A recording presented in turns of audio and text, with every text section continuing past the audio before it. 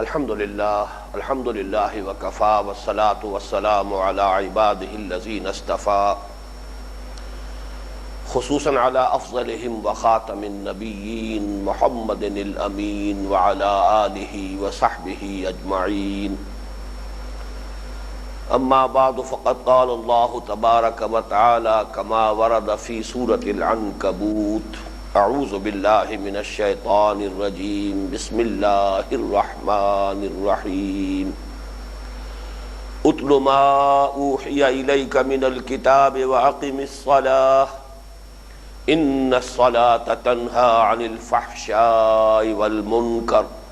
ولذکر اللہ اکبر واللہ یعلم ما تصنعون. ولا تجادلوا اہل الكتاب الا بالتي هي احسن الا الذين ظلموا منهم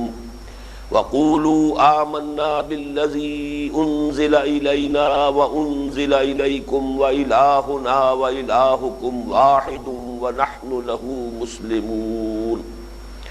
وكذلك انزلنا اليك الكتاب فالذین آتیناہم الکتاب یؤمنون به ومن هؤلاء من یؤمن به وما یجحد بآیاتنا الا الکافرون. صدق اللہ العظیم. رب اشرح لی صدری ویسر لی امری واحلل عقدۃ من لسانی یفقہوا قولی. اللہم ربنا الہمنا رشدنا واعذنا من شرور انفسنا. اللہم ارنا الحق حقا وارزقنا اتباعه وارنا الباطل باطلا وارزقنا اجتنابه. اللہم وفقنا لما تحب وترضى. اللہم وفقنا ان نجاہد فی سبیلک باموالنا وانفسنا. اللہم افرغ علینا صبرا وتوفنا مسلمین آمین یا رب العالمین. یہ بات اس سے قبل بیان ہو چکی ہے کہ مطالعہ قرآن حکیم کے منتخب نصاب کا جو سلسلے وار درس ان نشستوں میں ہو رہا ہے، اس کے حصہ پنجم کا درس سوم، جو اس سے پہلے درس دوم تھا، سورہ عنکبوت کے آخری 3 رکوعوں پر مشتمل ہے. 5واں رکوع، 6واں رکوع اور 7واں رکوع. ان 3 رکوعوں میں آیات کی کل تعداد 25 ہے، اور ان میں 2 مضامین ہیں کہ جو باہم ایک دوسرے کے بعد آتے ہیں. 2 لڑیاں ہیں کہ جن کو بٹ کر گویا کہ ایک رسی کی شکل دے دی گئی ہے. 11 آیات میں خطاب کا رخ ہے مسلمانوں سے. وہ مسلمان کہ جو اس وقت مکی دور میں، جیسا کہ ہم تفصیلاً دیکھ چکے ہیں، بڑے شدائد اور مصائب کا شکار تھے. ستایا جا رہا تھا، مارا جا رہا تھا، پیٹا جا رہا تھا، دہکتے ہوئے انگاروں پر لٹایا جا را تھا، گردن میں رسی ڈال کر انہیں کھینچا جا رہا تھا جیسے جانوروں کی لاشیں گھسیٹی جاتی ہیں، یا گھروں میں زنجیروں میں جکڑ کر ڈال دیا گیا تھا، بھوکا رکھا جا رہا تھا، صرف اس جرم کی پاداش میں کہ حضور پر ایمان لے آئے تھے اور اللہ کی توحید کے قائل ہو گئے تھے. ان حالات میں، ان شدائد اور مصائب، ان ابتلاعات، ان امتحانوں سے کیسے عہدہ برآ ہو، اس کے ضمن میں نہایت اہم اور بنیادی ہدایات ہیں کہ جو ان 11 آیات میں وارد ہوئی. بقیہ 14 آیات میں خطاب ہے مشرکین مکہ سے، کفار سے. اور یہ 2 لڑیاں جو ہیں، یہ اس طرح باہم جیسے کہ 2 لڑیوں کو بٹ کر رسی کی شکل دے دی جائے، تو ظاہر بات ہے کہ اگر ایک کا رنگ سرخ ہے اور ایک کا نیلا ہے، تو جب ان کو بٹ دیا جائے گا تو وہ رنگ جو ہے وہ کٹے پھٹے نظر آئیں گے کہ ابھی آپ کو سرخ رنگ نظر آ رہا ہے، پھر نیلا، پھر سرخ، پھر نیلا. یہی معاملہ یہاں ہے کہ یہ دونوں مضامین آپس میں اس طریقے سے گتھے ہوئے ہیں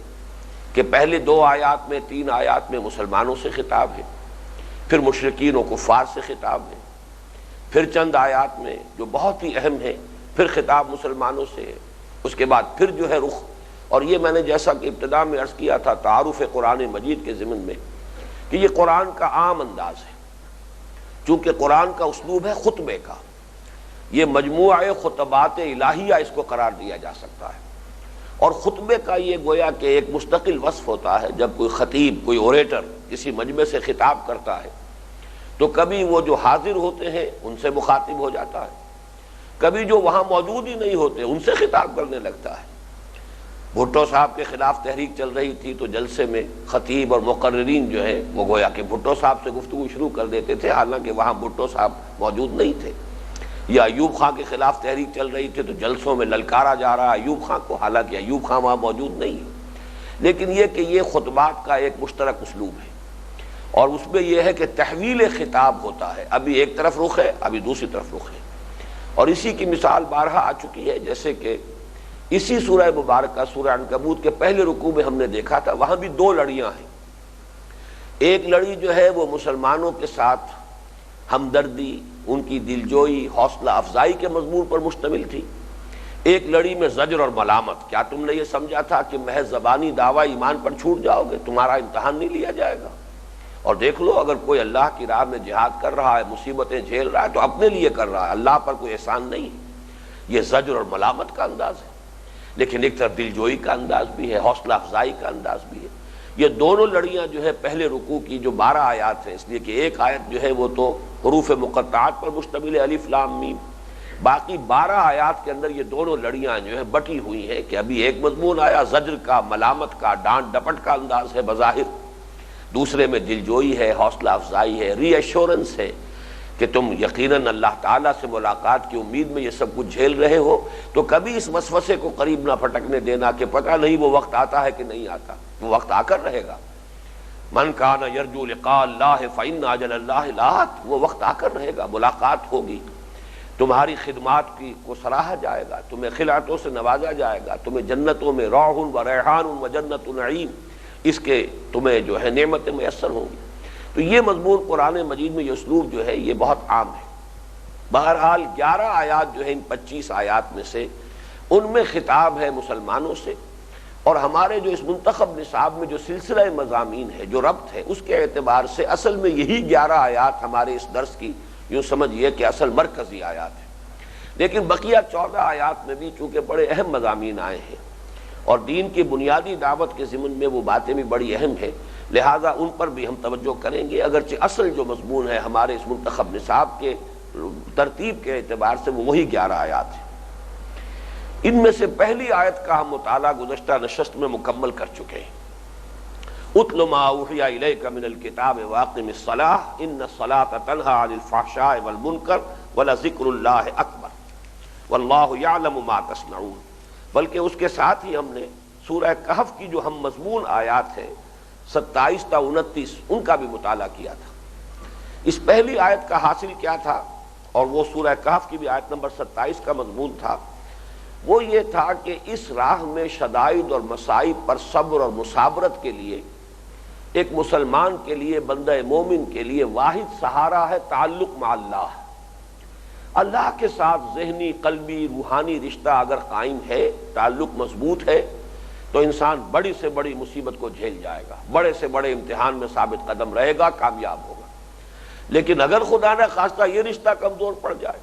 میں 3 الفاظ استعمال کر رہا ہوں، تین رشتے، ذہنی رشتہ، قلبی رشتہ، روحانی رشتہ، یہ در حقیقت انسان کے اندر یہ 3 فیکلٹیز ہیں۔ ایک اس کی سوچ ہے، اس کا فکر ہے، ایک اس کا قلب ہے، اس کے اندر احساس و جذبات ہیں، ایک اس کو روح ہے۔ ان تینوں کا اپنی اپنی سطح پر ذات باری تعالیٰ کے ساتھ اگر ایک تعلق قائم ہے تو انسان ثابت قدمی کا مظاہرہ کرے گا، صبر و ثبات کا اس سے اظہار ہوگا۔ لیکن اگر کہیں کوئی رشتہ کمزور پڑ گیا تو پھر ظاہر بات ہے، جیسے کہ وہ آیت میں آپ کو سنا چکا ہوں، وَاصْبِرْ وَمَا صَبْرُكَ إِلَّا بِاللَّهِ، اے نبی صبر کیجئے، اور آپ کا صبر تو صرف اللہ ہی کے سہارے قائم ہے۔ تو ظاہر بات ہے کہ اب اہل ایمان کو یہاں جو پھر ہدایات دی جا رہی ہیں کہ اس تعلق مع اللہ کو مضبوط رکھنے کا ذریعہ کیا ہے۔ ایک لفظ میں کہیں گے تو ذکر الہی ہے، جس سے اللہ کے ساتھ انسان کا تعلق مضبوط رہتا ہے۔ یہی ذکر ہے، اسی لیے فرمایا گیا الا بذکر اللہ تطمئن القلوب، دلوں کو اطمینان حاصل ہوتا ہے تو اللہ کے ذکر سے ہوتا ہے۔ میں نے امام ابن تیمیہ رحمۃ اللہ علیہ کا قول آپ کو سنایا تھا کہ جب انہیں جیل میں سخت ترین سزائیں دی جا رہی تھی تو وہ ایک جملہ کہا کرتے تھے کہ ان جنتی معی، میری جنت میرے ساتھ ہے، وہ میرے دل میں ہے، تم اسے ڈسٹرب نہیں کر سکتے، یعنی میرا جو اطمینان قلبی ہے، تم میرے جسم کو ایذا پہنچا سکتے ہو، مجھے تکلیفیں پہنچا سکتے ہو، جو بھی ایذا ہے جسم سے ہے، روح سے اس کا کوئی تعلق نہیں ہے۔ میری روح میرے اس قلب کے اندر گویا کہ جنت میں ہے، اس اطمینان سے تم مجھے کسی طور سے محروم نہیں کر سکتے، اس لیے کہ الا بذکر اللہ تطمئن القلوب۔ تو یہ معاملہ جو ذکر کا ہے، اب یہ آیت اس اعتبار سے بڑی اہم تھی جو ہم پڑھ چکے ہیں کہ ذکر میں اولین شے جو ہے، جو الذکر ہے، مجسم ذکر ہے، وہ اللہ کی کتاب ہے۔ انا نحن نزلنا الذکر وانا لہ لحافظون، قرآن کو ذکر کہا گیا ہے۔ اسی طریقے سے جو لوگ حضور کا استہزاء کرتے تھے، یا ایھا الذی نزل علیہ الذکر انک لمجنون، اے فلاں شخص، معاذ اللہ نقل کفر نہ باشد، اے فلاں شخص جس کا یہ خیال ہے کہ اس پر کوئی ذکر نازل ہوا ہے، ہم تو تمہیں مجنون سمجھتے ہیں۔ معلوم ہوتا ہے کہ تمہارا ذہنی توازن ٹھیک نہیں رہا یا کوئی آصف کا سایہ ہو گیا۔ تو ذکر ذکر جس کو کہیں گے وہ جو ہے وہ قرآن ہے۔ لہذا تلاوت قرآن یہاں پر بھی فرمایا اتل ما اوحی الیک من الکتاب، اور سورہ کہف کی 27ویں آیت میں بھی آیا واتل ما اوحی الیک من کتاب ربک لا مبدل لکلماتہ ولن تجد من دونہ ملتحدا۔ دوسری چیز جو ذریعہ ذکر ہے، اہم ترین ذکر کا ذریعہ، اس میں جسمانی ذکر بھی ہے، قولی ذکر بھی ہے، اور وہ ہے نماز۔ نماز میں جب آدمی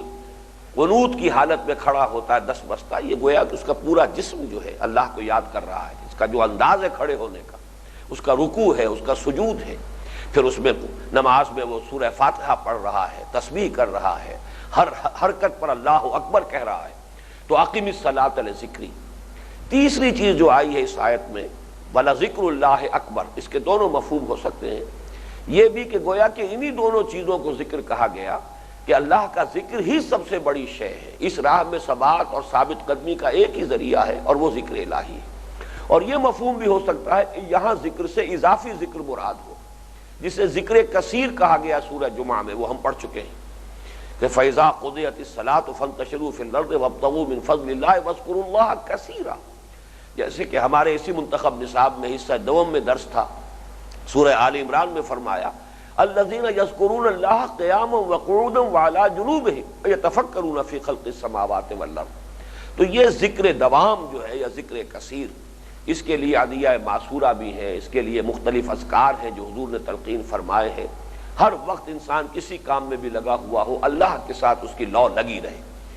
یہ ہے اصل سہارا، اور اسی سے تم ان امتحانات میں کامیاب ہو سکو گے، ان بھٹیوں سے گزرو گے اور نکلو گے اور زر خالص کندن بن کر نکلو گے، اور اس کے لیے تمہارے پاس تمہارے صبر اور ثبات کا سب سے بڑا ذریعہ اور سہارا اللہ کا ذکر۔ ایک اور اضافی مضمون جو سورہ کہف کی آیات 28 29 کے حوالے سے ہمارے سامنے آ چکا ہے، وہ خاص طور پر داعیان حق کے لیے بہت اہم ہے، بہت ضروری ہے۔ ہر داعی، ایک تو داعی اعظم محمد الرسول اللہ صلی اللہ علیہ وسلم، داعی الی اللہ باذنہ وسراجا منیرا، پھر یہ کہ ہر بندہ مومن کو داعی ہونا چاہیے، ہر ایک کو اللہ کی طرف بلانا چاہیے۔ ادع الی سبیل ربک بالحکمۃ والموعظۃ الحسنۃ وجادل بالتي احسن۔ اور پھر یہ کہ کسی بھی دور میں اللہ جس کو بھی توفیق دیتا ہے کہ وہ ہمتاً اپنی زندگی جو ہے دعوت الی اللہ کے لیے وقف کر دے، تو جو بھی دعوت دین کا فریضہ سر انجام دے رہا ہو اور خاص طور پر اقامت دین کی جد و جہد کے اندر لوگوں کو شریک کرنے کی دعوت دے رہا ہو، ادھر بلا رہا ہو، اس کے ضمن میں داعی حق کے لیے ایک خصوصی ہدایت ہے جو سورہ کہف کے حوالے سے ہم پڑھ چکے ہیں، اور وہ یہ کہ اگرچہ معاشرے میں جن لوگوں کی خصوصی حیثیت حاصل ہو، صاحب ثروت ہے، صاحب دولت ہے، یا کسی بھی اعتبار سے انہیں اہمیت حاصل ہے، کوئی وجاہت ہے، اقتدار ہے، قبائل کے سردار ہیں، مختلف گھرانوں کے سربراہ ہیں، دولت مند لوگ ہیں، تو انہیں اس معاشرے میں ڈی فیکٹو، چاہے وہ ڈی جیورے ان کی حقیقت جو ہے وہ درست نہیں ہے، لیکن اس معاشرے میں ڈی فیکٹو انہیں اہمیت حاصل ہے، تو حکمت دعوت کا تقاضا یہ ہوگا کہ انہیں مناسب اہمیت دی جائے،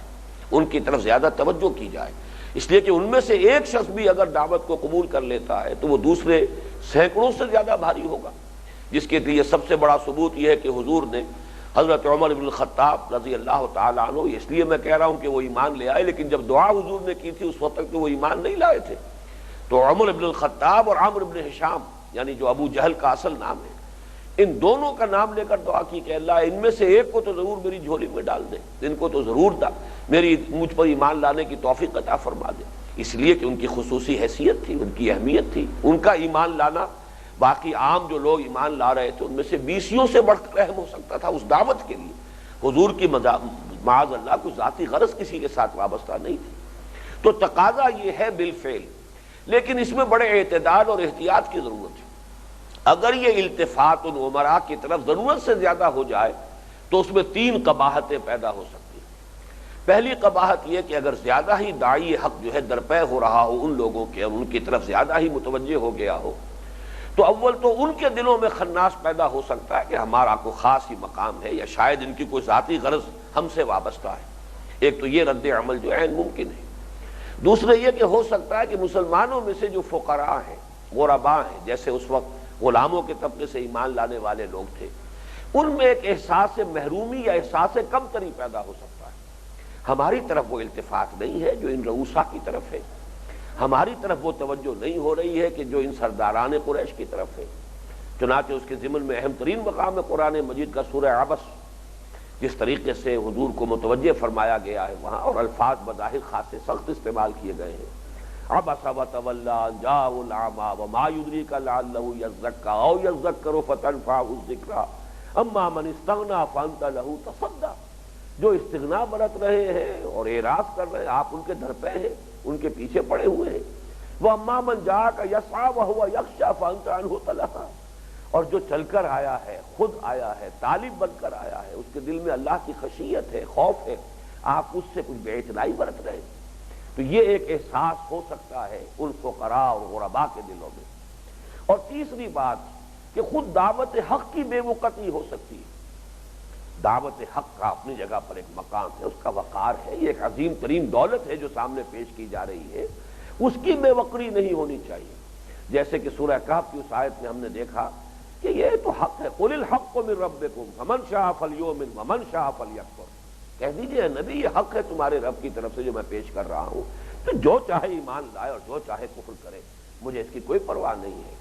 جیسے کہ سورہ فرقان کے آخری رکوع میں جو ہمارے منتخب نصاب میں اس کی آخری آیت قل ما یعبأ بکم ربی لولا دعاؤکم، اے نبی ان سے کہہ دیجئے میرے رب کو تمہاری کوئی پرواہ نہیں ہے۔ تم یہ نہ سمجھو کہ میں جو تمہارے پیچھے اپنے آپ کو ہلکان کر رہا ہوں تو اللہ کی کوئی احتیاج ہے یا اللہ کو تمہاری کوئی پرواہ۔ ما یعبأ بکم ربی لولا دعاؤکم، یہ تو اللہ نے قاعدہ بنایا ہے کہ عذاب بھیجنے سے پہلے اتمام حجت ضرور کرتا ہے۔ یہ ہے جو میں تم پر اپنا فرض ادا کر رہا ہوں، ورنہ اس سے نہ میری کوئی غرض وابستہ ہے نہ معاذ اللہ اللہ کی کوئی احتیاج ہے۔ تو یہ جو ایک اعتدال ہے، یہ میں بارہا عرض کر چکا ہوں کہ زندگی کے ہر معاملے میں وہ پل صراط جو ہمارے ہاں پرووربیل ہے کہ وہ تلوار کی دھار سے زیادہ تیز اور بال سے زیادہ باریک، تو زندگی میں عملاً بھی ہر قدم پر انسان محسوس کرتا ہے کہ دو انتہائیں ہیں، ان کے مابین اعتدال اور توازن، اس پر انسان قائم رہے، یہ کوئی آسان کام نہیں۔ بہرحال یہ مضامین تو آ چکے ہیں پہلے جو ہم پڑھ چکے ہیں۔ اب آگے چلیے، یہ جو دوسری آیت ہے ہمارے اس درس کی، وَلَا تُجَادِلُوا أَهْلَ الْكِتَابِ إِلَّا بِالَّتِي هِيَ أَحْسَنُ إِلَّا الَّذِينَ ظَلَمُوا مِنْهُمْ وَقُولُوا آمَنَّا بِالَّذِي أُنزِلَ إِلَيْنَا وَأُنزِلَ إِلَيْكُمْ وَإِلَٰهُنَا وَإِلَٰهُكُمْ وَاحِدٌ وَنَحْنُ لَهُ مُسْلِمُونَ۔ اور مت جھگڑا کرو، مت بحث مباحثہ کرو اہل کتاب سے، الا باللتی احسن، مگر اس طور سے جو سب سے عمدہ ہو، نہایت اعلیٰ، نہایت احسن، الا الذین ظلموا منہم، سوائے ان کے جو ان میں سے ظلم کا ارتکاب کر رہے ہو، زیادتی پر اتر آئے ہو یا شرک کا ارتکاب کر رہے ہو۔ یہ وضاحت میں بعد میں کروں گا، ظلم کے یہ دونوں مفہوم ہیں۔ وقولوا، اور یہ کہو، آمنا بالذی انزل الینا وانزل الیکم، دیکھو ہم ایمان لائے ہیں اس پر بھی جو ہماری طرف نازل کیا گیا یعنی قرآن حکیم، وانزل الیکم، اور ہم ایمان رکھتے ہیں اس پر بھی جو تمہاری طرف نازل کیا گیا تھا، یعنی جو کتابیں اس سے پہلے آئی ہیں، تورات ہے، انجیل ہے، ہم ان سب پر ایمان رکھتے ہیں۔ وَإِلَٰهُنَا وَإِلَٰهُكُمْ وَاحِدٌ، اور ہمارا اور تمہارا الہ ایک، وَنَحْنُ لَهُ مُسْلِمُونَ، اور ہم تو اس کے لیے اس کی فرما برداری اختیار کر چکے، ہم تو اس کے سامنے سر تسلیم خم کر چکے۔ یہ آیت ایک طرف تو یہ نوٹ کر لیجئے کہ جو اس میں ہدایت آئی ہے کہ جدال میں بہترین اسلوب اختیار کیا جائے، یہاں تو اگرچہ خاص طور پر اہل کتاب کا ذکر ہے، لیکن قرآن مجید میں ایک دوسرے مقام پر سورہ نحل جو ہے اس کی جو آخری 4 آیات ہیں وہ اس آیت کے جزو اول کے اعتبار سے گویا کہ اس کی تشریح پر مشتمل ہے، اور وہاں عموم میں یہ بات کہی گئی ہے ادعو الی سبیل ربک بالحکمت والموعظۃ الحسنۃ وجادلھم باللتی احسن۔ یہاں اہل کتاب کی کوئی تخصیص نہیں ہے،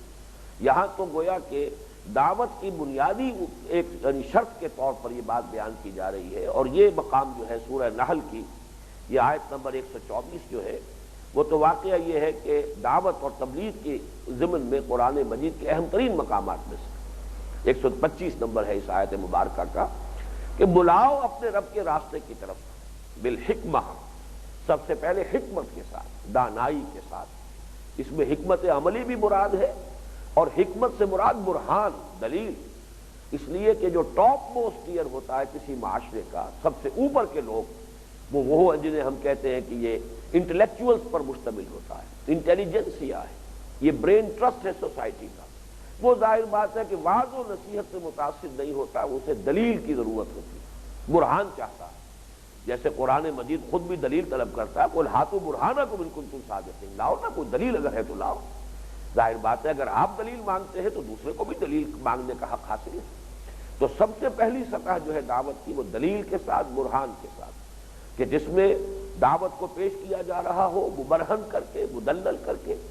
اور ان کے مذمومہ خیالات اور غلط تصورات کی نفی کی جا رہی ہو، محض فتوے کے طور پر نہیں، دلیل کے ساتھ، استدلال کے ساتھ۔ یہ دعوت کی بلند ترین سطح ہے۔ دوسری سطح پر والموعظۃ الحسنہ،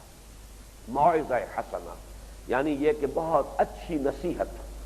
یہ گویا کہ عوام الناس جن کے ذہنوں میں کوئی خاص خناس نہیں ہے، کوئی خاص فلسفے، کوئی خاص نظریے جو ہے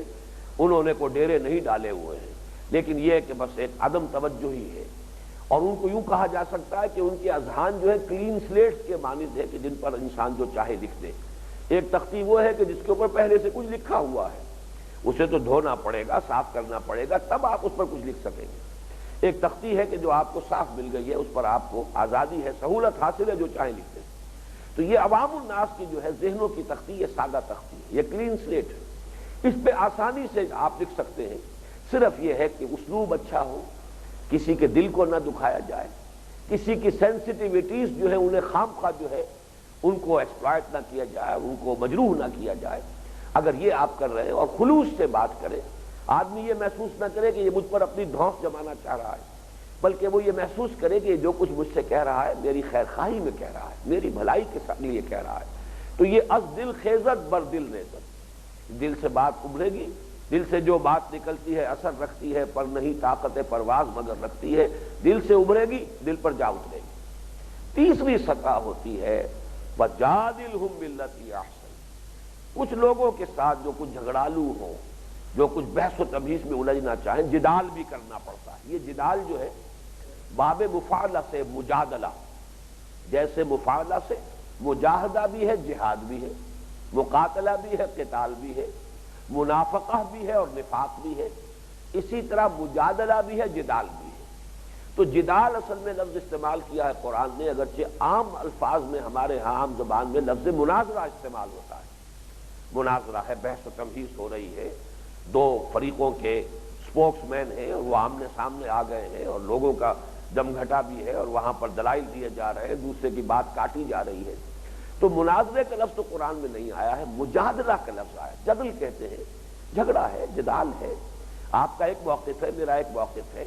ہم ایک دوسرے کے موقف کی نفی کر رہے ہیں، اپنے موقف کا اثبات کر رہے ہیں، لیکن یہ مجادلہ بھی باللتی ہی احسن، اس میں داعی حق کا جو ہے اس کا اخلاقی معیار نمایاں طور پر بلند نظر آنا چاہیے، کہ ایک وہ شخص ہے کہ جو ہر بات کہنے کے لیے تیار ہے، جو اینٹ جو روڑا ہاتھ میں آئے دے مارتا ہے، یہ نہیں دیکھتا کہ یہ بات کہنے کی ہے نہیں ہے، اس میں کچھ اسلوب بھی چاہیے، شرافت بھی چاہیے، بات بھی ایسی ہو جو واقعتاً اپنے دل کو بھی لگی ہوئی ہو کہ صحیح ہے۔ ایک یہ ہوتا ہے کہ ہر صورت میں اپنے جو مخالف ہے اسے چپ کرانا ہے جس طرح بھی ممکن ہو۔ تو یہ مناظرہ در حقیقت یہ سمجھ لیجئے کہ اگرچہ کہیں کہیں اس کی بھی ضرورت پیش آتی ہے، لیکن اس مناظرے سے کبھی کوئی چیز مانی نہیں گئی، منوائی نہیں گئی۔ مخاطب کو چپ تو کیا جا سکتا ہے، لیکن دعوت اگر آپ کو دینی ہے، کسی کو واقعتاً بلانا ہے، تو جدال بھی ہوگا تو وَجَادِلْهُمْ بِالَّتِي أَحْسَنُ، بہت ہی عمدہ طریقے پر ان ربک هو اعلم بمن ضل عن سبیلہ وهو اعلم بالمہتدین، تمہارا رب خوب جانتا ہے کہ کون ہے کہ جو اس کی راہ سے منحرف ہو گئے ہیں اور کون وہ لوگ ہیں کہ جو ہدایت پر ہیں۔ اس آیت کو سامنے رکھیے تو یہ گویا کہ جدال باللتی ہی احسن، یہ عام حکم ہے جو دیا جا رہا ہے، عام داعی کے لیے، عام مبلغ کے لیے، مخاطب کوئی بھی ہو، اگر آپ اسے چاہتے ہیں کہ اپنی بات کا قائل کریں، اپنے راستے کی طرف بلائیں، تو سب سے پہلے بالحکمہ، اس سے نیچے موعظہ حسنہ، اور سب سے نیچے ہے جدال، لیکن جدال میں بھی نہایت عمدہ اسلوب۔ یہاں خاص طور پر اہل کتاب کا ذکر ہے، اہل کتاب کا ذکر خاص پس منظر میں یہاں پر ہو رہا ہے، اور ان کے ساتھ یہ ٹریٹمنٹ اس لیے زیادہ ضروری ہے دو اعتبارات سے۔ ایک تو اہل کتاب وہ ہے کہ جو بہت سی باتوں میں پہلے ہی ہمارے ساتھ شریک ہے، وہ چاہے کوئی تعویل جو ہے خاص طور پہ نصارہ نے کر لی ہے، اور توحید اور تثلیث کے ایک گورکھ دھندے میں وہ توحید کے بھی مدعی ہے لیکن تثلیث کے بھی دعوے دار ہیں، 1 in 3 اور 3 in 1، یہ جو معاملہ ہے یہ بڑا گورکھ دھندہ ہے ان کا۔ لیکن خاص طور پر جہاں تک یہودیوں کا تعلق ہے، تاریخ میں یہ ثابت ہوتا ہے کہ ایک بہت تھوڑا سا وقفہ ان پر آیا تھا کہ جس میں حضرت عزیر علیہ السلام کے بارے میں وہ غلو میں مبتلا ہو گئے، انہیں خدا کا بیٹا قرار دے دیا، ورنہ واقعہ ہے کہ اعتقادات کی حد تک ان کے ہاں شرک نہیں رہا، تو گویا کہ توحید قدر مشترک کے طور پر موجود رہی۔ نصارہ بھی جب ان سے گفتگو ہوتی کہتے ہیں کہ ہم توحید ہی کو مانتے ہیں، یہ در حقیقت گاڈ ہیڈ جو ہے اس کے 3 ایسپیکٹس ہیں، ورنہ یہ تینوں ایک ہی حقیقت ہے، ان کے اندر جو ہے وہ صرف جیسے کہ ہندوؤں کے ہاں بھی وہ اپنی یہ تعویل کرتے ہیں کہ God as creator, God as sustainer, God as destroyer, یہ 3 در حقیقت گاڈ ہیڈ کے 3 ایسپیکٹس ہیں، 3 پہلو ہیں، حقیقت ایک بھی ہے لیکن اگر ہم ان کو 3 ایسپیکٹ سے دیکھیں تو 3 جدا خدا بھی نظر آ جائیں گے۔ یہی معاملہ خود ان مشرکین مکہ کا تھا، ان کا جو تلبیہ ہے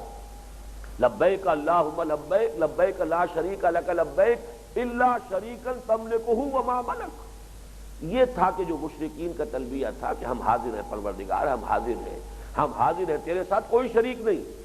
سوائے اس شریک کے کہ تو ہی مختار ہے اس کا بھی، اور جو کچھ اس کے ہاتھ میں اختیار ہے اس کا بھی، یعنی اس کی اپنا وجود بھی تیرے اختیار میں ہے تو تیرا شریک، لیکن وہ شریک کوئی انڈیپینڈنٹ نہیں ہے، کوئی مستقل بذات نہیں ہے، تو خود اس کا بھی مالک ہے، وما ملک، اور جو بھی اس کے ہاتھ میں اختیار ہے وہ بھی اصل میں تیرا دیا ہوا ہے، اصل میں تیرا ہی اختیار ہے۔ تو گویا کہ یہاں بھی شرک جو ہے وہ پھر توحید کی طرف لوٹتا ہے۔ بہرحال یہاں خاص طور پر نوٹ کرنے کی بات یہ کہ جہاں تک اہل کتاب کا معاملہ ہے، ایک تو توحید میں، پھر آخرت کے تصور میں، نبوت و رسالت کے تصور میں وہ تو ہمارے ساتھ شامل ہے۔ ظاہر بات ہے کہ حضرت آدم سے لے کر حضرت عیسیٰ علیہ السلام تک تو تمام عیسائی جو ہے وہ تسلیم کرتے ہیں، یا یہ کہ حضرت عیسیٰ سے پہلے کے تمام نبیوں کو یہودی بھی تسلیم کرتے ہیں۔ اس اعتبار سے بھی ان کے ساتھ احتیاط کی ضرورت ہے کہ ان کے ساتھ اسلوب جو ہے وہ نہیں ہوگا کہ جو کھلم کھلا مشرکین کے ساتھ ہوگا۔ ثانیاً تاریخی اعتبار سے یہ خاص مرحلہ تھا، یہ جو سورہ عنکبوت کے ابتدائی جو تمہیدی مباحث تھے ان میں بیان کر چکا ہوں کہ یہ سن 5 یا 6 نبوی میں یہ سورہ مبارکہ نازل ہوئی۔ سن 4 میں پرسیکیوشن جو تھی، فزیکل پرسیکیوشن مکے میں شدید ترین ہو گئی تھی، اور سن 5 میں حضور نے پھر اجازت دی ہے کہ مسلمانوں حبشہ میں ایک ایسا حکمران ہے کہ جو بڑا عادل ہے، نیک ہے، شریف النفس انسان ہے، تم وہاں ہجرت کر لو، شاید کہ اللہ تعالیٰ تمہارے لیے وہاں ایک پناہ گاہ جو ہے فراہم کر دے۔ تو 2 قافلوں میں مسلمان وہاں پہنچے، تو چونکہ ہجرت حبشہ جو ہو رہی ہے اس حبشہ میں جو لوگ ہیں وہ عیسائی ہیں، تو گویا کہ پہلا ایک براہ راست رابطہ قائم ہو رہا ہے حضور صلی اللہ علیہ وسلم اور اہل ایمان کا اہل کتاب میں سے ایک جماعت کے ساتھ۔ اس موقع پر خاص طور پر یہ ہدایت دی جا رہی ہے وَلَا تُجَادِلُوا أَهْلَ الْكِتَابِ إِلَّا بِالَّتِي أَحْسَنُ، ان کے ساتھ گفتگو میں، بحث و مباحثہ میں، اپنی بات ان کے سامنے رکھنے میں، ان کے جو غلط عقائد ہیں تثلیث کے بارے میں، ابنیت مسیح کے بارے میں، ولدیت کے عقیدے کے بارے میں، اس کی نفی میں عمدہ اسلوب اختیار کرو، اچھا انداز اختیار کرو، ایسی بات کہ جو دل میں گھر کر جائے۔ خام خواہ جو ہے جیسے کہ قرآن مجید میں دوسرے مقام پر آیا ہے کہ ان مشرکوں کے معبودان باطل کو گالیاں مت دو، اس لیے کہ یہ پلٹ کر اللہ کو گالی دیں گے، اس لیے احتیاط کرو، تم ان کو گالیاں مت دو، نفی ضرور کرو، ان کی نفی کرو، اور جو بھی باطل ہے اس کی نفی کرو، لیکن انداز جو ہے جارحانہ نہ ہو، دلوں کو دکھانے والا نہ ہو، لوگوں کی سینسٹیوٹیز جو ہے انہیں مجروح کرنے والا نہ ہو۔ وَلَا تُجَادِلُوا أَهْلَ الْكِتَابِ إِلَّا بِالَّتِي أَحْسَنُ۔ یہاں میں ایک بات اور عرض کرنا چاہوں گا کہ اہل کتاب سے کون لوگ مراد ہیں۔ ایک بات تو قطعی اور یقینی ہے، یہود اور نصارہ، ان کے بارے میں تو کسی شک و شبے کی گنجائش نہیں، اور جہاں تک فقہی معاملات کا تعلق ہے اہل کتاب کے ساتھ جو ہمارا کوئی امتیازی معاملہ ہے فقہی اعتبار سے، وہ صرف انہی کے بارے میں ہوگا، کسی تیسرے گروہ کو اس میں شامل نہیں کیا جا سکتا، اس لیے کہ ان اصطلاحات کا مفہوم حضور صلی اللہ علیہ وسلم کی حیات طیبہ میں معین ہو چکا ہے۔ ہم اس مفہوم میں کسی نئی شے کو داخل نہیں کر سکتے۔ ان دو کے علاوہ جو بھی ہے وہ ایک تیسری کیٹیگری رہیں گے، ان کا معاملہ اہل کتاب کا نہیں ہو سکتا۔ مثلا اہل کتاب کی خواتین سے شادی کی جا سکتی ہے، اب یہ معاملہ صرف یہود اور نصارہ کے ساتھ ہوگا۔ یا اہل کتاب کا ذبیحہ کھایا جا سکتا ہے، ذبیحہ ہو جھٹکا نہ ہو، لیکن بہرحال ان کا ذبیحہ ہے، کھایا جا سکتا ہے، چاہے انہوں نے اس پر اللہ کا نام نہیں لیا ہے، لیکن ذبیحہ کھا سکتے ہیں۔ یہ معاملہ جو ہے یہ چونکہ اس کا تعلق فقہ سے ہے، قانون سے ہے، شرعی احکام سے ہے، یہ تو ہوگا یہود اور نصارہ کے بارے میں۔ لیکن آج کل خاص طور پر ہندوستان میں، ویسے تو پہلے زمانے میں بھی لوگ ایسے رہے ہیں علماء کرام کہ جنہوں نے یہ کہا ہے کہ ہندوؤں میں بھی در حقیقت اہل کتاب لوگ موجود ہیں۔ ہندوؤں کے بارے میں اصل میں ہندو مذہب کے بارے میں کچھ کہنا اس لیے بڑا مشکل ہے کہ کوئی ایک مذہب نہیں ہے، بے شمار مذاہب ہے جس کی کھچڑی پکی ہوئی، لیکن یہ کہ حال ہی میں اس بات کی طرف توجہ ہوئی ہے خاص طور پر، ویسے تو یہ باتیں اس سے پہلے بھی بہت کچھ سننے میں آئیں، پڑھنے میں آئیں۔ ہندوستان میں رامپور میں ایک عالم دین ہے شمس نوید عثمانی، اور انہوں نے جو خاص تحقیقات کی ہیں، ان کی ایک کتاب اب پاکستان میں بھی چھپ گئی ہے، اس کا عنوان تو کچھ عجیب سا ہے، اگر اب بھی نہ جاگے تو، اس عنوان سے وہ کتاب ہے، اور پاکستان میں بھی چونکہ انہوں نے کوئی اس کے اوپر ریسٹرکشن نہیں رکھی ہے، جو چاہے چھاپ لے، تو یہاں بھی وہ چھپ گئی۔ وہ کتاب قابل مطالعہ ہے، انہوں نے ثابت کیا ہے، اور بعض مستشرقین، یورپین مستشرقین کے حوالوں سے ثابت کیا ہے کہ ہندوستان میں حضرت نوح علیہ السلام کے ماننے والے موجود ہیں، اور یہ منو کا لفظ جو ہے یہ مہانو ہے، نوح حضرت نوح علیہ السلام کے ساتھ مہا یعنی عظیم نوح، مہانو سے یہ منو بنا ہے، اور منو سمرتی جو ہے یہ صحیفہ حضرت نوح علیہ السلام ہے۔ تو انہوں نے بڑی تفصیل کے ساتھ اس کے شواہد ثابت کیے، حضور کی خبریں موجود ہیں، حضور کی پیشن گوئیاں موجود ہیں، عرب کا ذکر موجود ہے، کعبے کا ذکر موجود ہے۔ مجھے اس کی طرف خصوصی توجہ ہوئی ہے کئی سال پہلے سے بھی، تو میں چند سال پہلے جب ہندوستان گیا تھا تو مولانا علی میاں مدظلہ سے ملاقات کے لیے خاص طور پر لکھنؤ گیا، اور میں نے ان سے خصوصی درخواست کی تھی کہ مولانا آپ یہاں ندوے میں سنسکرت کی تعلیم لازم کیجیے، آپ ہندوستان میں رہ رہے ہیں اور ہندوؤں کے ساتھ آپ کا سابقہ ہے، آپ اپنی کتابیں تو پڑھتے گے پڑھائیں گے، لوگ سیکھ لیں گے، تو جو ہے فقہ بھی آ جائے گی، جس معاشرے میں رہ رہے ہیں ان کا پس منظر کیا ہے، ان کے عقائد اصل میں کیا ہے، ان کی امہات کتب میں کیا چیز درج ہے، ان کے ساتھ رابطے کے لیے ضروری ہے کہ وہ جو اوریجنل سورسز ہیں ان کی کتابوں کی اس تک رسائی کی صلاحیت حاصل ہو۔ تو مولانا علی میاں نے میری بات کو تسلیم کیا تھا کہ ہاں یہ بات واقع درست ہے اور ہمیں یہ کام کرنا چاہیے۔ مجھے نہیں معلوم کہ کوئی اس میں پیش رفت ہوئی یا نہیں، بہرحال ہو سکتا ہے کہ دنیا میں اور بھی ہو۔ میرا اپنا ایک گمان بھی رہا ہے جو میں نے پہلے بھی بعض اپنے دروس میں بیان کیا ہے کہ حضرت نوح علیہ السلام کے بارے میں تو کسی صحیفے کا قرآن میں ذکر نہیں ہے، لیکن حضرت ابراہیم کے بارے میں تو ہے، صحف ابراہیم و موسیٰ۔ سوال پیدا ہوتا ہے قرآن مجید کی نص سری ہے، 2 مقامات پر حضرت ابراہیم علیہ السلام کے صحیفوں کا ذکر ہے قرآن مجید میں۔ اب صحف موسیٰ تو تورات کی شکل میں ہے، چاہے تحریف شدہ ہیں، ان کے اندر جو ہے بہرحال حق بھی موجود ہے، لیکن چونکہ اس کے اندر اب وہ اس کی حفاظت نہیں رہی ہے،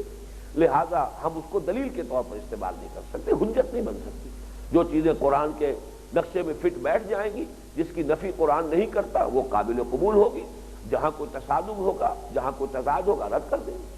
لیکن مانتے تو ہے نا تورات کو، آج بھی وہ آیت آ رہی ہے وَقُولُوا آمَنَّا بِالَّذِي أُنزِلَ إِلَيْنَا وَأُنزِلَ إِلَيْكُمْ،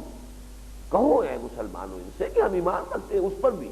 کہ جو ہم پر نازل کیا گیا، ہماری جانب اتارا گیا، اور اس پر بھی جو تمہاری جانب اتارا گیا۔ سورہ بقرہ کے آغاز میں آپ دیکھیے وَالَّذِينَ يُؤْمِنُونَ بِمَا أُنزِلَ إِلَيْكَ وَمَا أُنزِلَ مِن قَبْلِكَ، ساتھ ساتھ کس قدر اہتمام کے ساتھ۔ یہ سورہ بقرہ کا پہلا ہی رکوع ہے، الف لام میم، ذالک الکتاب لا ریب فیہ ھدی للمتقین الذین یؤمنون بالغیب ویقیمون الصلاۃ ومما رزقناہم ينفقون والذین یؤمنون بما انزل الیک وما انزل من قبلک وبالآخرۃ هم یوقنون۔ اور پہلے پارے کے اختتام پر جو آیت آئی ہے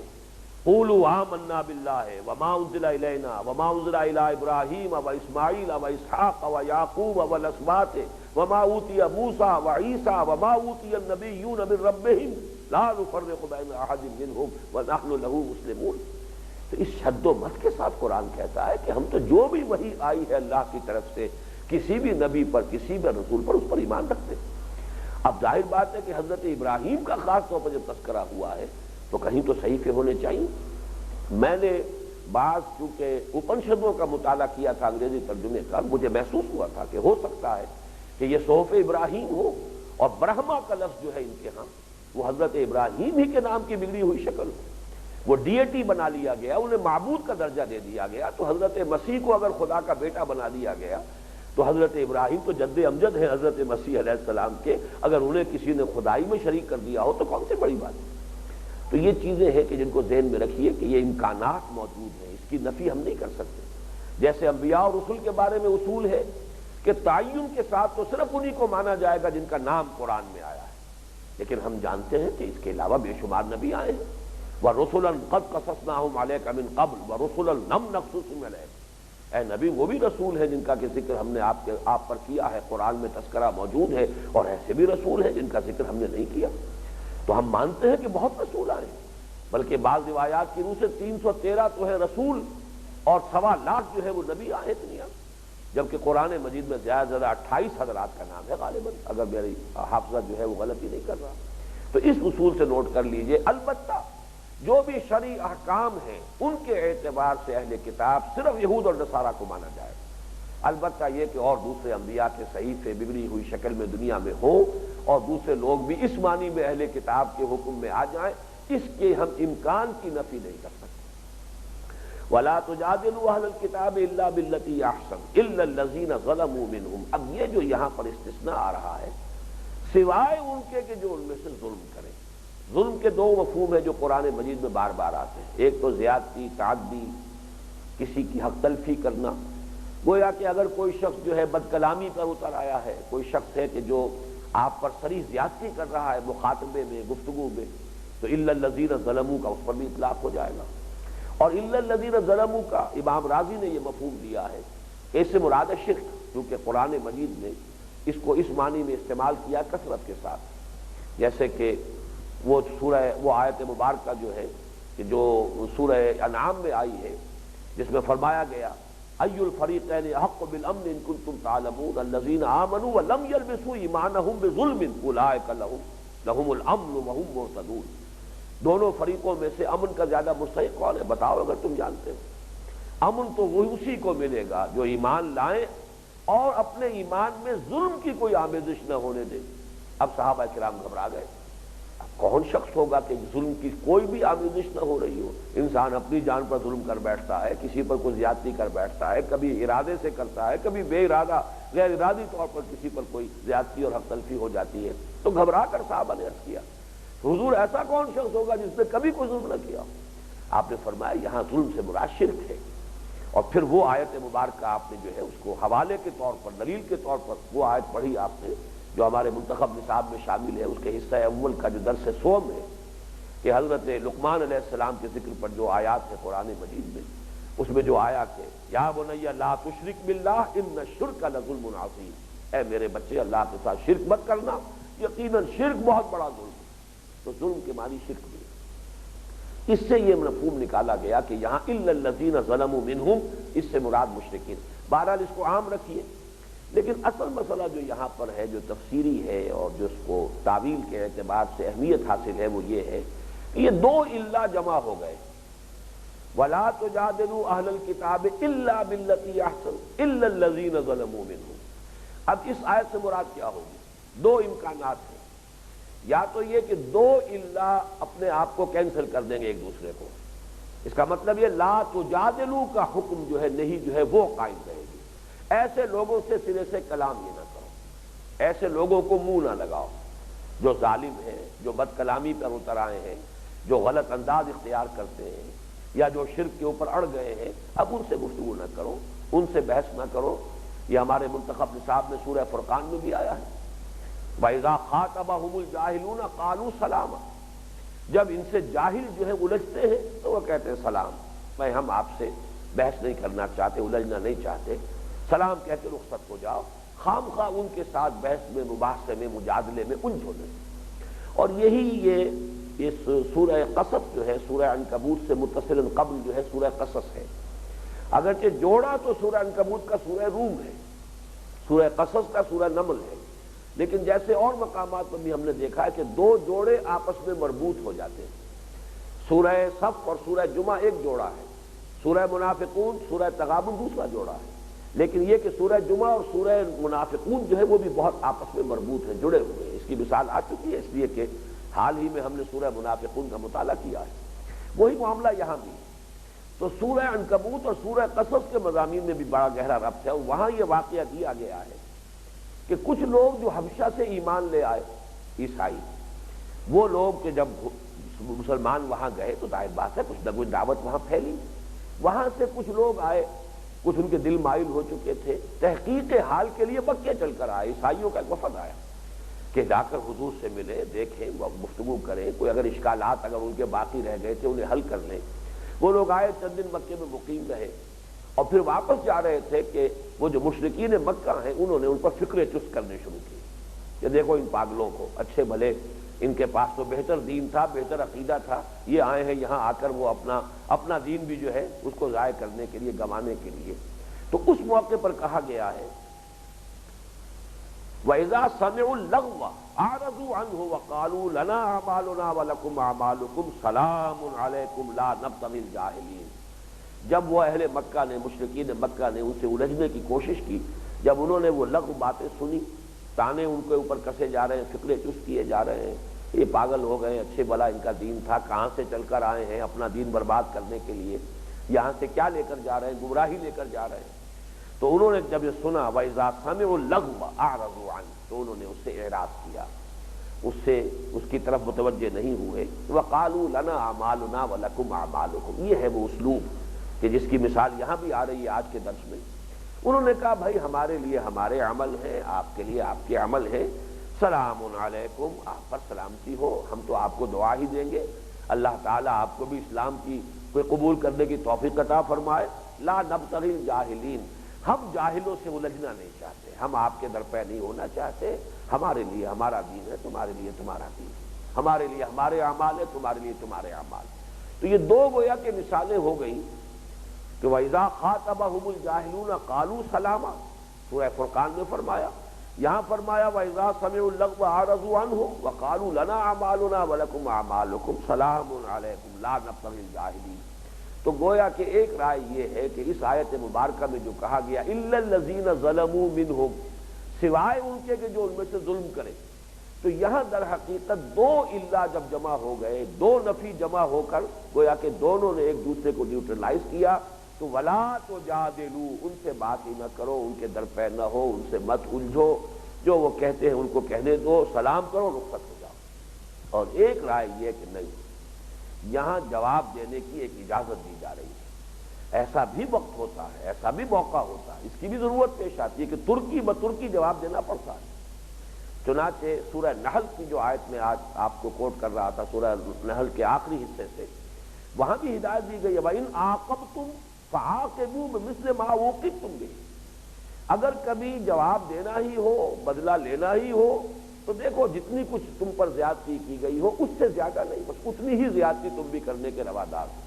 اور یہ بات سورہ شورى میں بھی آئی ہے وَالَّذِينَ إِذَا أَصَابَهُمُ الْبَغْيُ هُمْ يَنْتَصِرُونَ وَجَزَاءُ سَيِّئَةٍ سَيِّئَةٌ مِثْلُهَا فَمَنْ عَفَا وَأَصْلَحَ فَأَجْرُهُ عَلَى اللَّهِ، یعنی ایسا بھی نہ ہو کہ بالکل بدھ مت کے بھکشو بن کر رہ جاؤ کہ جو چاہے کوئی کہہ جائے۔ ایک وقتی مصلحت تو ہو سکتی ہے، جماعتی انقلابی جد و جہد میں ایک خاص مرحلہ ہو سکتا ہے جس میں خصوصی حکم دے دیا جائے، لیکن یہ عام قانون نہیں ہے۔ عام قانون یہی ہے کہ اگر کسی نے تم پر زیادتی کی ہے تم بھی بدلہ لو۔ والذین اذا اصابهم البغی هم ينتصرون، قاعدہ قانون یہی رہے گا وَلَكُمْ فِي الْقِصَاصِ حَيَاةٌ يَا أُولِي الْأَلْبَابِ، اے ہوش مندو قصاص میں زندگی ہے، تو ایک مفہوم یہ بھی لیا گیا ہے۔ اب ہمارا وقت اس نشست کا ختم ہو رہا ہے، ابھی یہ درس ہمارا اگلی نشست میں جاری رہے گا۔ اب تک ہم نے جو پڑھا ہے اس کا ترجمہ پھر ذہن میں تازہ کر لیجئے۔ وَلَا تُجَادِلُوا أَهْلَ الْكِتَابِ إِلَّا بِالَّتِي أَحْسَنُ إِلَّا الَّذِينَ ظَلَمُوا مِنْهُمْ، اور مت جھگڑو ان لوگوں سے جو صاحب کتاب ہیں مگر اس طور سے جو نہایت عمدہ ہو، نہایت احسن، سوائے ان کے جو ان میں سے ظلم کے مرتکب ہو رہے ہوں۔ یا تو یہ کہ یہاں ظلم کے معنی شرک ہے، اور یا یہ کہ یہاں مراد ہے جو زیادتی کر رہے ہیں۔ اور یہاں دونوں مفہوم جو لیے گئے وہ میں نے آپ کے سامنے بیان کر دیے، اور دونوں ہی کا اپنا اپنا محل اور مقام ہوگا، اور یہ کسی شخص کی اپنی کامن سینس اور اپنی ججمنٹ ہوگی کہ وہ فیصلہ کرے کہ کس مرحلے پر کس طرز عمل کو اختیار کرنا زیادہ مفید ہے اپنے مقصد کے اعتبار سے۔ بارک اللہ لی ولکم فی القرآن العظیم ونفعنی وإیاکم بالآیات والذکر الحکیم۔